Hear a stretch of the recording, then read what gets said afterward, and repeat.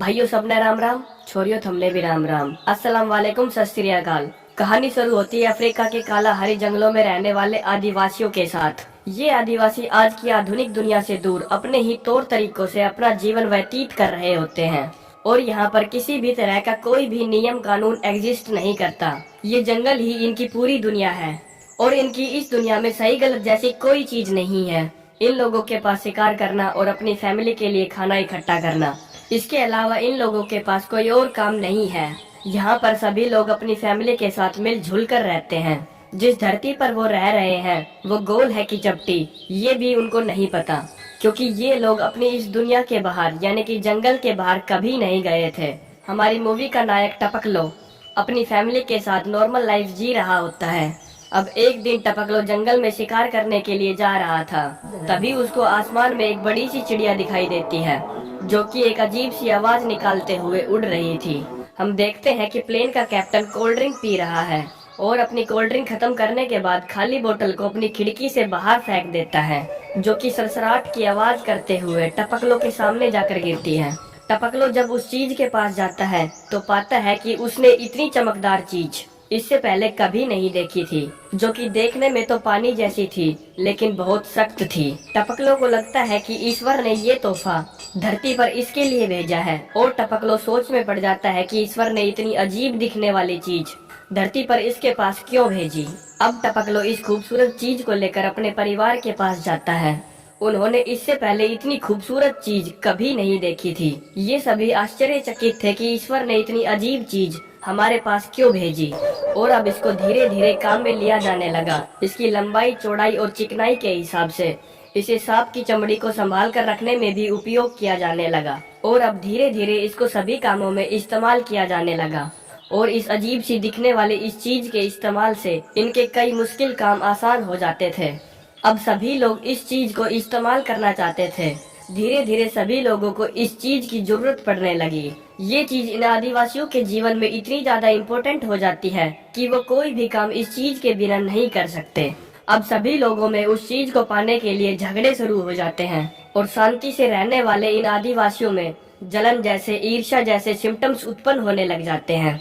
टपकलो ये सब देख रहा होता है और वो ईश्वर पर गुस्सा होता है और सोचता है कि शायद ये चीज श्रापित है। ईश्वर ने शायद ये चीज गलती से हमारे पास भेज दी है, इसीलिए लोगों पर इस चीज का बुरा असर हो रहा है। और वो गुस्से से ईश्वर को वो चीज वापस लेने के लिए बोलता है। अब ये चालाक खोपड़ी उस बोतल को ऊपर खुले आसमान में फेंकता है, लेकिन वो चीज वापस से नीचे आकर गिर जाती है। अब एक बार फिर से वो उस बोतल को उठाकर फिर से खुले आसमान में फेंकता है, लेकिन इस बार वो बोतल उसके बेटे के सिर पर आकर गिरती है।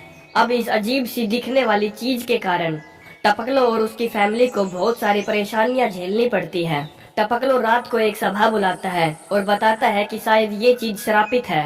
ईश्वर ने शायद ये चीज गलती से हमारे पास भेज दी है, इसीलिए वो इस श्रापित चीज को पृथ्वी के आखिरी छोर पर फेंक कर आएगा। और टपकलो की इस बात से सारे आदिवासी एग्री हो जाते हैं। अगले दिन टपकलो उस बोतल को लेकर पृथ्वी के आखिरी छोर पर फेंकने के लिए निकल पड़ता है। दूसरी तरफ हम देखते हैं कि कुछ आतंकवादी देश के प्रेसिडेंट पर हमला कर देते हैं। वो अंधाधुंध गोलियां चलाते हैं। इसके बाद वो वहां से भाग जाते हैं और यहाँ की निकम्मी पुलिस इनका पीछा करती है।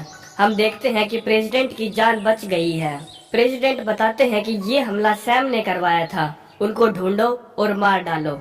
दूसरी तरफ हम देखते हैं कि इस हमले का लीडर जंगल में जाकर छिप गया है और तभी उसके भेजे हुए 4 आदमी वापस आते हैं। कहते हैं कि हमने कर दिखाया, हमने कर दिखाया, हमने प्रेसिडेंट को मार दिया। सैम उनको बताता है कि प्रेसिडेंट इस हमले में बच गए हैं और तभी पुलिस वाले अपना हेलीकॉप्टर लेकर सैम को ढूंढते हुए जंगल में आ जाते हैं। सैम हेलीकॉप्टर पर आरपीजी से फायर करता है, जिसके कारण हेलीकॉप्टर ब्लास्ट हो जाता है और ये यहाँ से 9-2-11 हो जाते हैं। दूसरी तरफ जंगल में हम एक बायोलॉजिस्ट को देखते हैं जिसका नाम एंड्रू है और वो हाथी की बीमारी को ठीक कर रहा था। वो हाथी की एक लीड का सैंपल लेकर अपने कैंप की तरफ बढ़ता है, जहां हम उसके असिस्टेंट, उसके ड्राइवर एम्पुडी को देखते हैं। तभी यहाँ पर एक फादर आते हैं। एंड्रू फादर से पूछते हैं कि आप घोड़े पर क्या कर रहे हैं। फादर बताते हैं कि मेरी कार का एक्सीडेंट हो गया था। कहते हैं कि मुझे एक नई स्कूल टीचर को पास के ही शहर से लेकर आना है एंड्रू एम्पुडी से पूछता है कि क्या इस कार की मरम्मत हो गई है।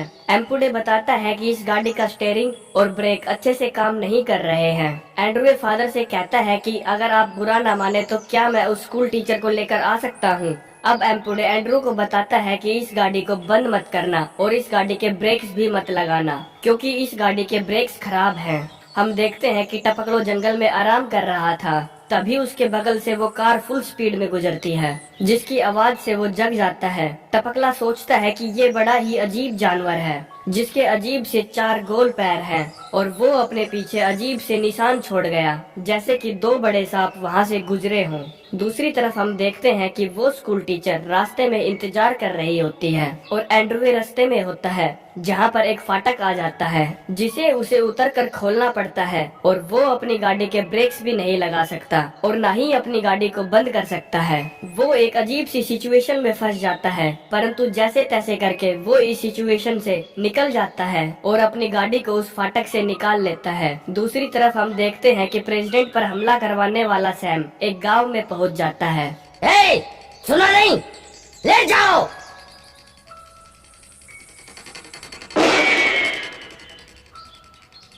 जहाँ से वो पेट्रोल और खाने का सामान चोरी करता है और अब एंड्रू भी स्कूल टीचर के पास पहुँच जाता है, जहाँ पर वो गाड़ी से उतरकर पत्थर को उठाने के लिए दौड़ता है और अपनी गाड़ी को पीछे जाने से रोकता है। वो स्कूल टीचर के पास जाता है और अजीब अजीब हरकतें करने लगता है, क्योंकि उसने इतनी खूबसूरत लेडी इससे पहले कभी नहीं देखी थी। और तभी हम अपनी मूवी के नायक टपकलो को देखते हैं, जो कि उस बोतल को पृथ्वी के छोर पर फेंकने के लिए जा रहा था। उसे रास्ते में एक आदमी मिलता है, वो उसके पास जाता है जहाँ पर उसकी बंदूक रखी हुई थी। टपकलो उस बंदूक को उठाता है और कहता है ये तो बड़ी ही मजेदार लकड़ी है। ये देखकर वो आदमी अपने दोनों हाथ ऊपर कर देता है और वहाँ से भाग जाता है। दूसरी तरफ हम देखते हैं कि एंड्रू स्कूल टीचर को लेकर जा रहा होता है। रास्ते में उसकी गाड़ी पानी में फंस जाती है। एंड्रू स्कूल टीचर को अपनी गोद में उठाता है और वो भी पानी में गिर जाता है। अब स्कूल टीचर भी पानी में भीग जाती है। इसके बाद वो अपने कपड़े चेंज करने के लिए जंगल की गहराइयों में जाती है और एंड्रू अपनी कार से केबल निकालता है, जो कि उसकी कार के फ्रंट में लगी हुई थी, जिससे कि वो अपनी गाड़ी को खींचकर यहाँ से बाहर निकाल सकता है। और तभी टपकलो भी स्कूल टीचर के पास पहुँच जाता है। उसने इससे ज्यादा बदसूरत इंसान आज से पहले कभी नहीं देखा था। इसकी रंगत इतनी पीली थी जैसे कि सड़ी हुई लकड़ी का अंदर का हिस्सा। टपकलो उसको देखकर मुस्कुरा रहा होता है। तभी स्कूल टीचर की नजर टपकलो पर पड़ती है, जिसे देखकर वो डर जाती है। वो टपकलो को यहाँ से जाने के लिए कहती है और अपने कपड़े पहनने लग जाती है। जब स्कूल टीचर अपने पूरे कपड़े पहन लेती है, तब टपकलो को लगता है कि शायद यही भगवान है और वो स्कूल टीचर को वो बोतल लौटाने के लिए जाता है, लेकिन स्कूल टीचर उससे बिना कुछ बोले ही वहाँ से चली जाती है। वो स्कूल टीचर के पीछे जाता है, जहाँ पर टपकलो एक और ईश्वर से मिलता है। एंड्रू तंबाकू का सेवन कर रहा था, जिसकी वजह से उसके मुंह से धुआं निकल रही थी। टपकलो सोचता है कि ये आग उगलने वाला भगवान है। टपकलो एंड्रू के पास जाता है और कहता है कि ये तो आपकी अच्छाई थी जो आपने मुझको ये तोहफा दिया, कृपया करके आप इसको वापस ले लीजिए। और एंड्रू उस बोतल को लेने से मना कर देता है। तभी टपकलो को एक अजीब सा जानवर दिखता है, जिसके पैर ऊपर नीचे होने के बदले गोल गोल घूम रहे थे, और देखता है कि इस अजीब से जानवर पर एक भगवान सवार है, जिसका शरीर लाल चमड़े का बना हुआ है। एम्पुडे पूछता है कि ये बुशमैन यहाँ पर क्या कर रहा है। दरअसल कालाहारी के जंगलों में रहने वाले इन आदिवासियों को बुशमैन कहा जाता है। इसीलिए एम्पुडी ने पूछा कि ये बुशमैन यहाँ पर क्या कर रहा है। एंड्रू बताता है कि ये हमें कुछ बताने की कोशिश कर रहा है, लेकिन हमें कुछ भी समझ में नहीं आ रहा, क्योंकि इन लोगों को बुशमैन लोगों की लैंग्वेज नहीं आती। अब एम्पुडे टपकलो से पूछता है कि तुम यहाँ पर क्या कर रहे हो। टपकलो कहता है कि मैं यहाँ पर ईश्वर का दिया हुआ ये तोहफा लौटाने आया हूँ, जो कि मुझे ईश्वर ने दिया था। एम्पुडे कहता है कि हमें ये नहीं चाहिए, तुम इसे कहीं पर भी फेंक दो। टपकलो ये बात सुनकर बहुत ज्यादा दुखी हो जाता है और सोचता है कि ईश्वर उसके साथ बहुत नाइंसाफी कर रहे हैं। अब वो खुद ही इस बोतल को पृथ्वी के आखिरी छोर पर फेंकने के लिए निकल पड़ता है। अब टपकलो को रास्ते में एक बकरियों का झुंड दिखता है। टपकलो को भूख भी लगी थी, इसीलिए वो झटपट एक बकरी को मार गिराता है और ये सब देखकर उन बकरियों का चरवाहा अपनी साइकिल उठाकर वहाँ से भाग जाता है। टपकलो सोचता है कि वो अपने परिवार को दावत के बारे में बताने के लिए जा रहा है और तभी अजीब से दिखने वाला गोल पैरों वाला जानवर उसके पास आता है, जिसमें से वो चरवाहा और पुलिस वाला उतरता है। बुशमैन उनसे कहता है, आओ तुम भी बैठो, तुम भी खाओ, पर्याप्त मांस है हमारे पास। पुलिस वाला गुस्से में कुछ बड़बड़ाता हुआ उस बकरी को उठाकर अपनी कार की छत पर डाल देता है। टपकलो कहता है कि तुम्हारा व्यवहार अच्छा नहीं है और वो एक और बकरी को मारने के लिए आगे बढ़ता है। पुलिस वाला उस पर चिल्लाता है और उससे रुकने के लिए कहता है, परंतु टपकलो को इतने बुरे आदमी से कोई मतलब नहीं है। पुलिस वाला अपनी गन निकालता है और हवा में फायर करता है, जिसकी वजह से बुशमैन को लगता है कि बिजली कड़की और सारी बकरियां इधर उधर भागने लगी। बुशमैन भी उन बकरियों के पीछे दौड़ता है और पुलिस वाला उसके पैर पर फायर कर देता है, जिसकी वजह से वो घायल होकर वहीं जमीन पर गिर जाता है। अब पुलिस वाला उसको उठाकर पुलिस स्टेशन लेकर जाता है, जहाँ पर कोई भी उसकी भाषा नहीं जानता था, इसीलिए उसे अदालत में पेश किया जाता है। हम देखते हैं कि एम्पुडी को एज अ ट्रांसलेटर इस कोर्ट में बुलाया गया है और यहाँ टपकलो पर बकरी मारने का इल्जाम सिद्ध हो जाता है। कोर्ट उसे 3 महीने की सजा सुनाता है। एम्पुडी एंड्रू के पास वापस आता है। उसे बुशमैन की बहुत ज्यादा चिंता खाई जा रही थी।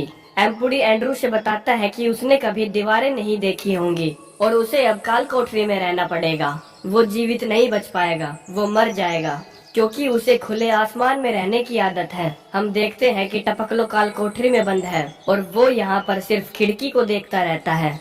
एम्पुडी टपकलो से मिलने जाता है और यहाँ पर उसे पता चलता है कि टपकलो ने पिछले 1 हफ्ते से कुछ नहीं खाया। टपकलो माफी भी मांगता है। अब एम्पुडी वकील से मिलता है और कहता है कि वो निर्दोष है। कहता है कि कोई तो रास्ता होगा इसको यहाँ से निकालने का। वकील बताता है कि एज अ गार्डियन तुमको उसकी जिम्मेदारी लेनी होगी। कहता है कि ना ही उसके पास कोई डिग्री है और ना ही उसको पढ़ना लिखना आता है।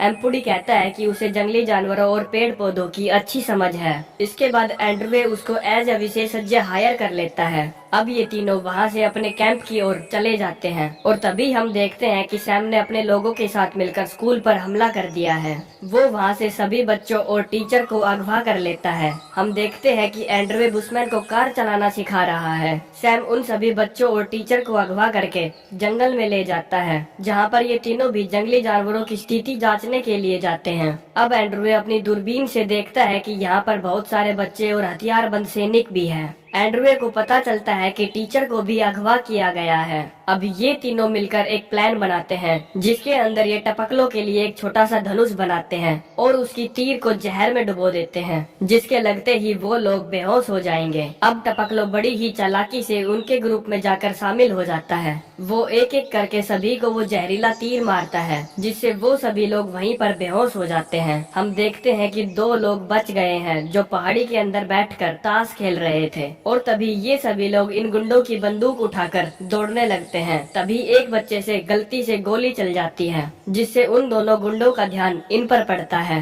वो दोनों इनका पीछा करते हैं और टीचर इन दोनों पर गोलियां चलाती है, जिसकी वजह से यहाँ पर क्रॉस फायरिंग होने लगती है और तभी एंड्रू और एम्पुडी भी वहाँ पहुँच जाते हैं। ये दोनों गुंडे उन पर भी गोलियां चलाने लगते हैं, लेकिन कुछ ही देर में पुलिस वहाँ पर पहुँच जाती है और वो सैम और उसकी टोली को गिरफ्तार कर लेते हैं। और अब बुशमैन के भी यहाँ पर 3 महीने पूरे हो गए थे। इसके बाद एंड्रवे बुशमैन को कुछ पैसे देता है, जो कि बुशमैन के लिए बिल्कुल बेकार थे, लेकिन फिर भी वो उन पैसों को ले लेता है और अब वो वहाँ से उल्टी दिशा में चलने लगता है, क्योंकि उसे अब वो खोई हुई बोतल ढूंढनी है और उससे छुटकारा पाना है। बुशमैन को वो बोतल वहीं पर मिलती है जहाँ पर वो बकरियों का शिकार कर रहा था। वो उस बोतल को उठाता है और पृथ्वी का आखिरी छोर ढूंढने के लिए निकल पड़ता है। वो कई दिनों का लंबा सफर तय करता है और एक दिन वो एक पहाड़ी के किनारे पहुँच जाता है, जहाँ पर बहुत सारे घने बादल थे।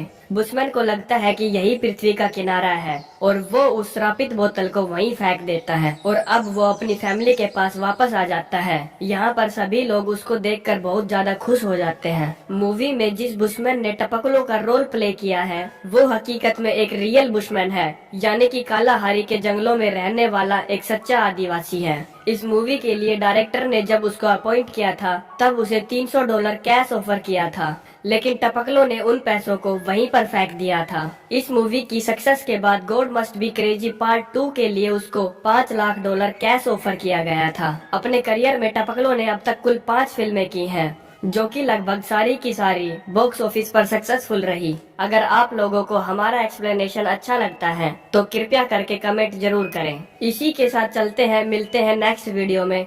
धन्यवाद।